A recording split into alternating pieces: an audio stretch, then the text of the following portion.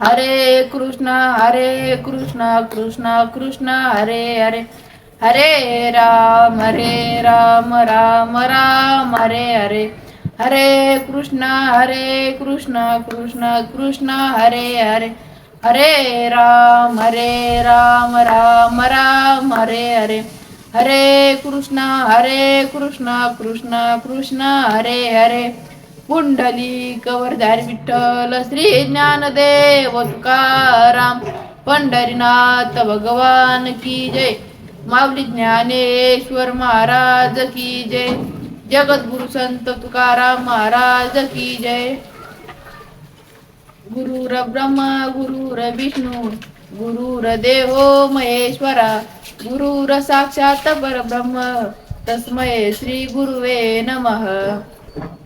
वक्रतुंड महाकाय सूर्यकोटी समप्रभ, निर्विघ्नं कुरु मे देव सर्व कार्येषु सर्वदा.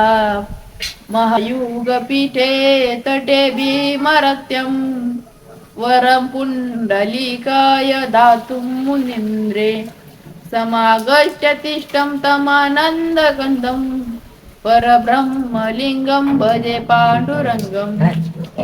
प्रस्तुत प्राप्त प्रवचन रूपी सेवेकरिता निवडलेली प्रार्थना नाथ महाराजांच्या गुरुगीतेतली असूनही या प्रार्थनेमध्ये गुरूंचा महिमा सांगितला आहे. गुरुर ब्रह्मा गुरुर विष्णू गुरुर देवो महेश्वरा, गुरुर साक्षात परब्रह्म तस्मै श्री गुरुवे नमः. गुरु हाच ब्रह्म आहे, गुरु हाच विष्णू आहे, गुरु हाच महेश आहे. तिघांचेही कार्य, ब्रह्माचे कार्य पृथ्वी निर्माण करणे, विष्णूचे कार्य पृथ्वीचे पालन पोषण करणे, महेशाचे कार्य पृथ्वी नष्ट करणे.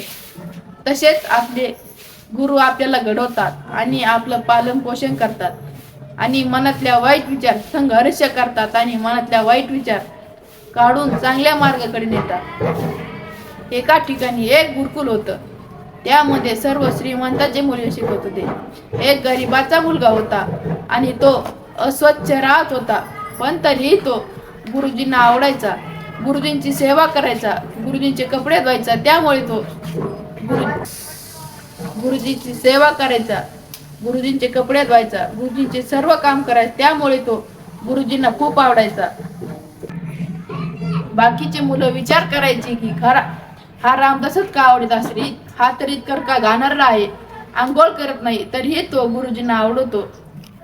बाकीचे मुलं विचार करायचे, त्यांना असा प्रश्न पडला की हा रामदासच का आवडत असेल, हा तरी तर का गाणारला आहे, आंघोळ करत नाही, तरीही तो गुरुजींना आवडतो. आम्ही तरी छान साबणाने आंघोळ करतो, सेंट मारतो, तरी आम्ही गुरुजींना आवडत नाही, असा विचार करत करत रामदासाचा राग करायचे, त्याला मारायचे, त्याला सर्व काम सांगायचे, त्याला वाईट साईड बोलायचे. त्यामुळे तो जर गुरु सांगायचा तर त्याला मारायचे. म्हणून तो बिचारा कोणाला काही न सांगता काम करायचा. हे जेव्हा गुरुजींनी पाहिले, गुरुजींनी विचार केला की सर्व मुलांची आपण परीक्षा घ्यायची. मग गुरुजींनी विचार केला, पायाला पट्टी बांधली आणि मुलांकडे गेले. मुलांना म्हणले, मी पडलो, मला लागले. हे ज्या वेळेस रामदासांनी ऐकले तेव्हा रामदास धावतच जाऊन गुरुजींच्या जवळ बसला आणि गुरुजींना म्हणाला, कसं लागलं, यावर औषध काम केले का नाही. गुरुजी म्हणाले, या जखमेमध्ये पू झालेला आहे, जो शिष्य हा पू पिऊन घेईन तोच माझा खरा शिष्य. पण मुले रागावू लागले, गुरुजींना काही काही बोलू लागले. सर्व मुले म्हणाले की असं इतर का गाणारं काम कोणीही करणार नाही. पण असं म्हणून सर्वजण त्या ठिकाणी निघून गेले.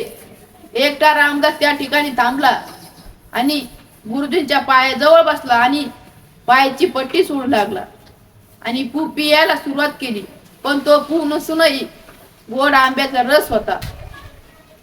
हे ज्यावेळेस सर्व मुलांनी पाहिले, मुलांना समजले की खरा शिष्य हा रामदासच आहे.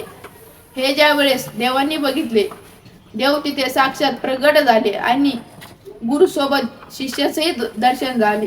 सांगायचं तात्पर्य एवढंच की गुरुची सेवा केल्यामुळे साक्षात भगवंताचे दर्शन झाले. महाराजांनी प्रार्थनेमध्ये लिहिले आहे. आज या ठिकाणी संत वामन भाऊ यांच्या पुण्यतिथी निमित्त ही प्रवचन रूपी सेवा माझ्या वाटेला आणली आहे. ज्यांनी मला सेवा दिली ते माझे गुरुवर्य सो सविताताई महाराज गावंदे यांनी मला सेवा दिल्याबद्दल त्यांचे हरिभक्ता पारायण देवी भागवतकार सो सविताताई महाराज गावंदे यांनी मला सेवा दिल्याबद्दल त्यांचे आभार मानतो आणि आई वडिलांच्या चरणी गुरूंच्या चरणी तुम्हा सर्वांच्या चरणी अर्पण करतो. कुंडली कवरदार विठ्ठल श्री ज्ञानदेव तुकाराम पंढरीनाथ भगवान की जय. माऊली ज्ञानेश्वर महाराज की जय. जगद्गुरु संत तुकाराम महाराज